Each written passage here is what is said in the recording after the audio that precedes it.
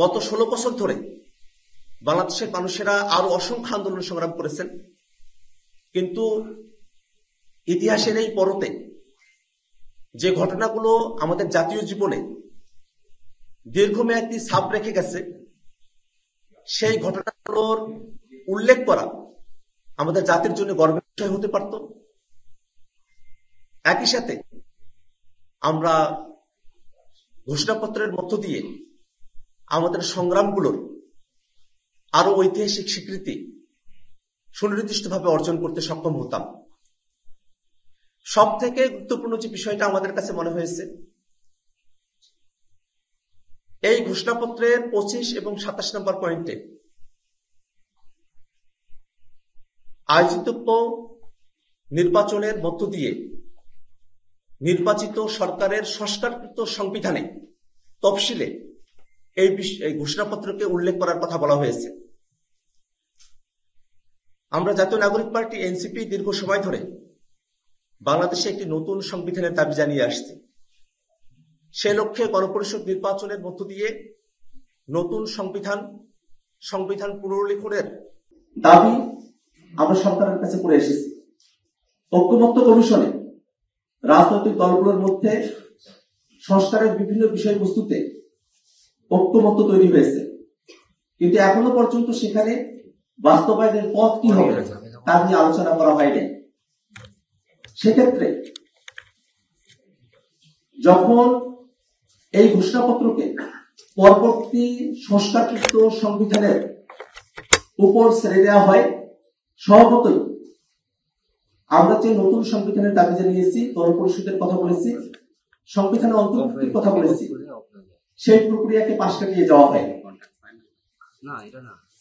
আমরা এখনো দাবি জানাই যে বাংলাদেশে যে নতুন রাজনৈতিক জনগোষ্ঠীর আবির্ভাব ঘটেছে, তাদের অভিপ্রায়কে ধারণ করতে একটি নতুন সংবিধানই আমাদের জন্য সমাধান, এবং সেই নতুন সংবিধান প্রস্তাবনার মধ্যেই জুলাইয়ের ঘোষণাপত্রকে অন্তর্ভুক্ত করার দাবি আমরা জানাই। আমরা দীর্ঘ সময় ধরে বাংলাদেশের মানুষেরা গুম, খুন, আয়নাঘরে নির্যাতন, অত্যাচার, বিচার বহির্ভূত হত্যাকাণ্ড, দুর্নীতি, অপশাসন, ফেসিবাদের যাতা বলে আমরা পিষ্ট হয়েছি। সেই নতুন বাংলাদেশকে আমরা নতুন করে গড়তে হলে বাংলাদেশের সকল রাজনৈতিক শক্তিকে, বাংলাদেশের মানুষেরা যে আকাঙ্ক্ষার ভিত্তিতে 24-এর গণঅভ্যুত্থানে সামিল হয়েছিলেন, একজন রিক্সা চালক, একজন শ্রমিক মজুর, একজন কিশোর, তরুণ, শিশু, নারী, তাদের সকলের মনের যে চাওয়া, সেই বাংলাদেশ প্রতিষ্ঠা করতে হলে আমাদেরকে আমাদের সংগ্রাম জারি রাখতে হবে। একই সাথে গতকাল মাননীয় প্রধান উপদেষ্টা জাতির উদ্দেশ্যে ভাষণ দিয়েছেন। ফেব্রুয়ারিতে নির্বাচনের সময়সীমার কথা উল্লেখ করেছেন। আমরা মনে করি,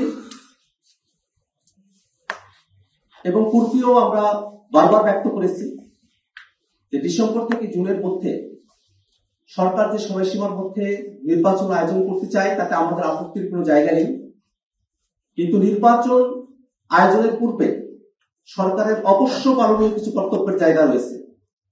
এই সরকার গণহত্যাকারীদের বিচার করা এবং রাষ্ট্র কাঠামোর গুণগত পরিবর্তনের জন্য সংস্কারের ম্যান্ডেট নিয়ে সরকারের যাত্রা শুরু হয়েছে।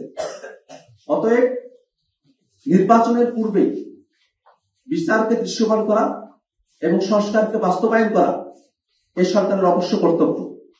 একই সাথে নির্বাচনের পূর্বে মাঠ প্রশাসনের নিরপেক্ষতা নিশ্চিত করা এবং লেভেল প্লেইং ফিল্ড নিশ্চিত করা অবশ্যই সরকারকে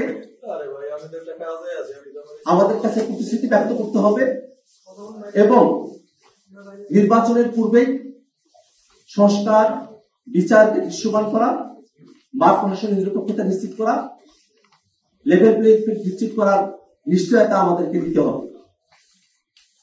সাংবাদিক বন্ধুগণ, আমরা এই জুলাই ঘোষণাপত্রে যে প্রতিশ্রুতিগুলো ব্যক্ত করেছি সেগুলো যেন বাংলাদেশে অবশ্যই বাস্তবায়িত হয়